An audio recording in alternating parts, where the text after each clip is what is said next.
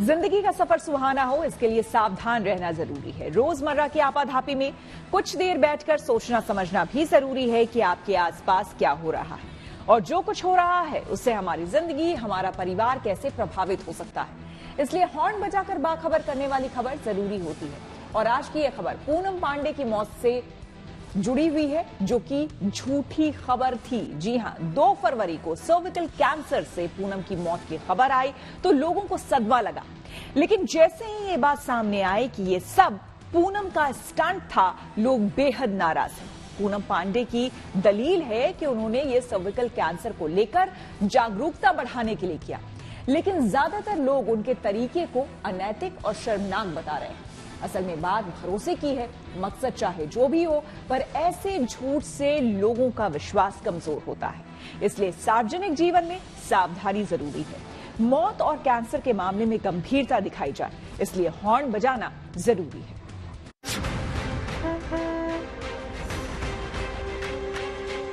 I'm alive. I didn't die because of cervical cancer. जितने भारत के लोग हैं, सबके साथ आपकी भावनाओं के साथ आपने ठेस पहुंचाई है। आपने लोगों के सेंटीमेंट्स के साथ खेला है। आज तक कभी ऐसा नहीं हुआ। बॉलीवुड फिल्म इंडस्ट्री हमेशा आप जैसे लोग की वजह से बदनाम हुई है।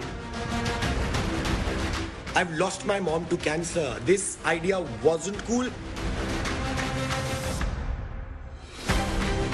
It's a cruel manipulation of people's feelings. Now we might even suspect any death announcement. I'm alive. I didn't die because of cervical cancer. Poonam Pandey ने वीडियो शेयर करके बता दिया कि वो जिंदा है, सही सलामत है। उनकी मौत की खबर एक मकसद से बनाई गई, यानी जो हुआ वो मजाक में नहीं हुआ, बल्कि वो कैंसर को लेकर मैसेज देने की कोशिश कर रही थी। I'm alive. I didn't die because of cervical cancer.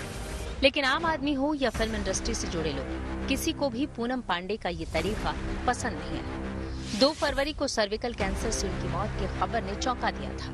लोग दुखी थे, लेकिन जब पता चला कि मौत की खबर फर्जी थी, लोगों का गुस्सा लाजिमी था। मैंने मुंबई पुलिस कमिश्नर से मांग की तत्काल प्रभाव से एक्ट्रेस और मॉडल पूनम पांडे पर एफआईआर दर्ज हो और साथ ही उसके मैनेजर पे। Please, can we respect the sanity of life and feelings for a change? And let's not take this too far. Yes, awareness फैलानी चाहिए। और हाँ, क्या हो गया हम लोगों को यार? हम लोग किसी भी death is not a joke. Poonam Pandey दलील दे रही हैं कि उन्होंने सर्विकल कैंसर के प्रति जागरूकता के लिए ऐसा किया। उनका दावा है कि उनके मकसद में वो कामयाब भी हुई, क्योंकि सर्विकल कैंसर की चर्चा मीडिया में खूब हुई। लेकिन सवाल है कि क्या जागरूकता फैलाने का उनका तरीका सही है? कैंसर एक खौफनाक बीमारी है। क्या पूनम पांडे और उनकी टीम ने ऐसे तमाम लोगों की भावनाओं के साथ खिलवाड़ नहीं किया, जो कैंसर से जूझ रहे हैं या जिन्होंने कैंसर की वजह से अपनों को खो दिया है? मेरी माँ कैंसर से मरी है। whoever came up with this idea, आपका इंटेंशन कितना भी अच्छा हो of spreading awareness, this is not cool. Poonam Pandey का विवादों से पुराना नाता रहा है। उसे देखते हुए कई लोग थे जो उनकी मौत की खबर को मजाक समझ रहे थे, लेकिन ज्यादातर लोगों ने खबर पर यकीन किया, दुख जताया। क्या पूनम पांडे और उनकी टीम ने ऐसे तमाम लोगों की भावनाओं का मजाक नहीं उड़ाया? My mother suffered cancer. She had throat cancer, and I've seen this in my house, how bad it gets. अब भले ही पूनम पांडे दलील दे रही हैं कि उनकी मां ने कैंसर से लड़ाई लड़ी, भले ही दावा कर रही हैं कि उन्होंने जो किया किसी फायदे के लिए नहीं किया, लेकिन क्या अब किसी को पूनम पांडे की बात पर यकीन होगा? सोशल मीडिया पर कई सेलिब्रिटीज ने पूनम पांडे को न सिर्फ फटकार लगाई, बल्कि इस तरीके को शर्मनाक बताया है। सोशल मीडिया पर ऐसी हरकत को खतरनाक बताया गया, सभी ने लानत मलानत की।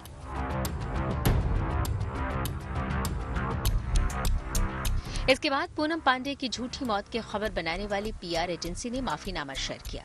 लिखा, हम दिल से माफी मांगना चाहेंगे, विशेष रूप से उन लोगों से जो किसी भी प्रकार के कैंसर का सामना कर रहे हैं।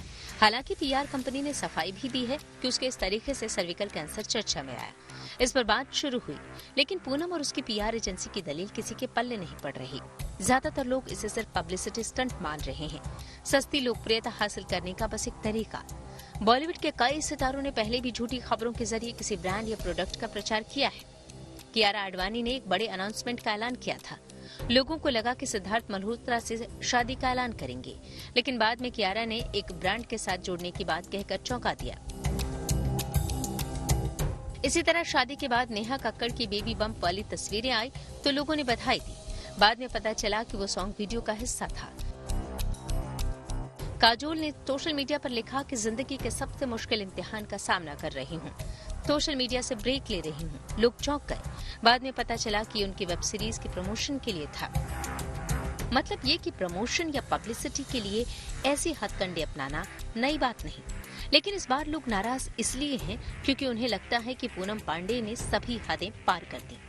मकसद अच्छा हो तब भी खुद के मरने की खबर कौन उड़ाता है? क्या ऐसा करने से पहले पूनम ने इसका अंजाम सोचा? शेर आया मत ज्यादा किया करो, कभी शेर आ भी जाएगा। विज्ञापन की दुनिया में शॉक एडवर्टाइजिंग का चलन पुराना है, जिसमें ऐसी उल्टी सीधी बात कही जाती है जो लोगों को हैरान कर देती है। कुछ ऐसा लिखा जाता है जो दिमाग में छपा रह जाता है। कई बार विज्ञापन के जरिए जानबूझकर डराया भी जाता है, लेकिन जरूरी नहीं कि ऐसे हर शौक अच्छा हो जिसे लोग पसंद करें। पूनम की कैंसर से मौत की खबर भी लोगों को पसंद नहीं आई। ज्यादातर लोगों की नजर में ये शर्मनाक है, पतन की इंतहा है।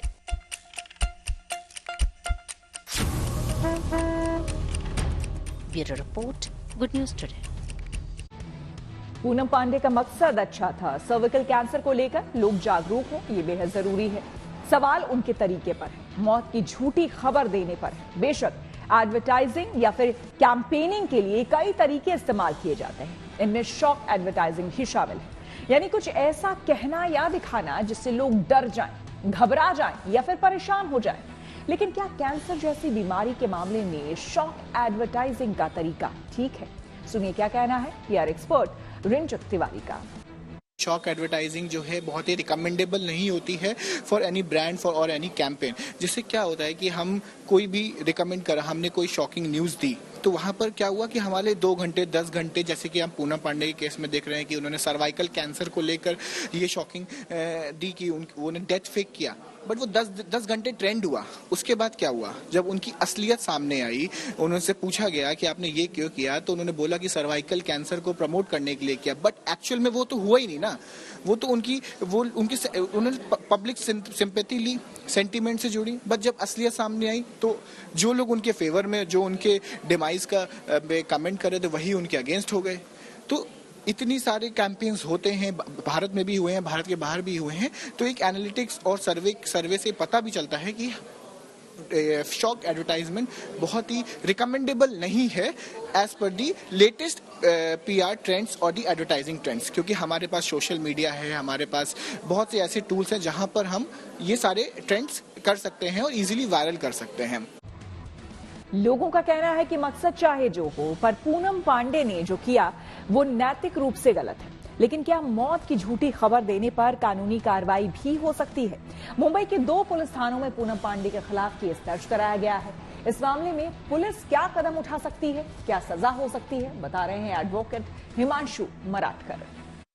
कोई भी इंसान अपनी मौत का ऐसा झूठा न्यूज और पीआर करके अगर पब्लिसिटी लेना चाहता है तो डेफिनेटली कानून के तहत उनके ऊपर कार्रवाई होनी चाहिए। पुलिस ने इंक्वायरी कंडक्ट करनी चाहिए। ऐसी झूठी बयानबाजी करके उनको क्या लाभ मिला है और इस लाभ के कारण पब्लिक में जो एक तरह का आक्रोश या फिर एक कंसर्न देखा गया, जिसमें ये बाहर आता है कि मैसेजेस का वॉल्यूम बढ़ गया कि क्या हो गया, सडनली डेथ क्यों हो गई, लोग जानकारी लेना चाहते थे। ऐसे इस तरीके का इस स्तर पे जाके पब्लिसिटी प्राप्त करना ये बहुत ही गलत बात है।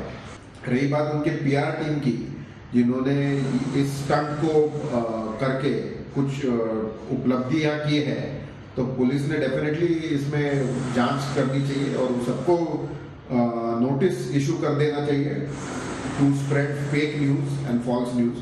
तो इस तरीके की संगीन अपराध को डेफिनेटली पुलिस ने सीरियसली लेके उसमें आईटी एक्ट और आईपीसी के तहत कार्रवाई कर देनी चाहिए और बिल्कुल उनको प्रोसिक्यूट करना चाहिए और उनके ऊपर फाइन लगाना चाहिए, ताकि आगे से किसी भी सोशल मीडिया का गलत इस्तेमाल करके ऐसे टाइप का न्यूज़ स्प्रेड करने का प्रबंध लगे।